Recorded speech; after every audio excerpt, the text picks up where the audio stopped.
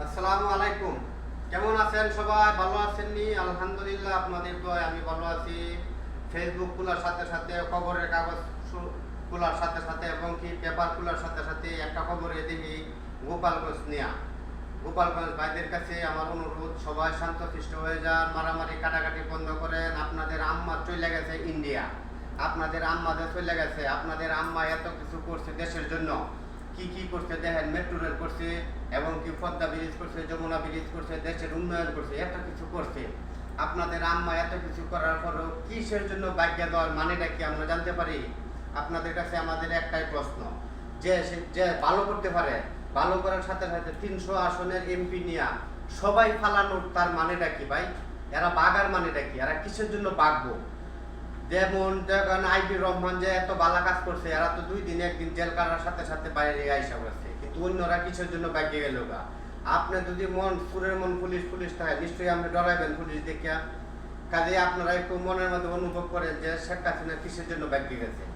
বাইকে গেছে নিশ্চয়ই সে কিছু না কিছু খারাপ করছে দেশের জন্য। যদি দেশের জন্য খারাপ না করতো তাহলে কিন্তু এই দেশটাকে ফালানোর সম্ভাবনা নাই। আজকে আপনারা যে নাচানাচিটা করতেছেন, আমরা জেল কাটতেছেন, আপনার বুয়ার মধ্যে এরকম করে বাইরেছে, এই যে বাইরেছে ফুটকি লাল বানাইতেছে।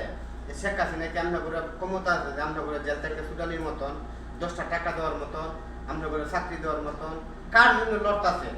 যার পিছিয়ে আপনারা লড়বেন তারাই তো দেশে নাই। আপনারা কার জন্য লড়তাছে? আর গোপালগঞ্জ একটা একটা ডিস্ট্রিক্টে লইয়া সারা বাংলাদেশে আপনারা কি করতে পারবেন বলেন তো শুনি?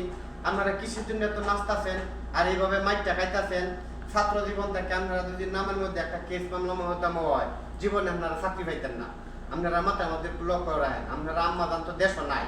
আর দেশ নাই তো বড় কথা না, আমরা যে দলের জন্য লড়তাছেন এই দল তো বর্তমানে বাংলাদেশের মধ্যে এখন একবারে বাদী হয়ে গেছে। যেরকম আইন কানুন থাকিয়া এরা একবারে বহিষ্কার হয়ে গেছে, এরা রাজনীতি করতেই পারবো না। এদের তো আপনারা খালি একমাত্র গোপালগঞ্জ লইয়া কি করবো কোন? সারা বাংলাদেশে লড়তাছে না। এখন যারা লড়তাছে এরা জেল করতেছে। ও যত কিসের জন্য মারামারি, দেশের মধ্যে একটা দুর্নীতি করতেছে। আপনাকে রামবাদানে কি করে দিচ্ছে যে আমি ইন্ডিয়া বসে আছি, তোরা যাবা ভারতে আন্দোলন করে আমার নিয়ে যা। এরা কি আইতে পারবো দেশ? যদি সত্যিকারের দেশপ্রেমিক হইতো, শেখ মুজিবের মেয়ে হিসাবে যদি তার সাহস ক্ষমতা থাকতো, তাহলে জেল ফাঁস যা কিছু হয় দেশ হইতে থাকতো, জেলও থাকতো, যাই কিছু হইতো জনগণ দেশের জন্য এর জন্য লড়তো, সবাই মিছিল মিটিং করতো, কইরা হেরে জেল থেকে বাই করতো। কিন্তু ও তো দেশেই নাই, ও তো ফলাতো।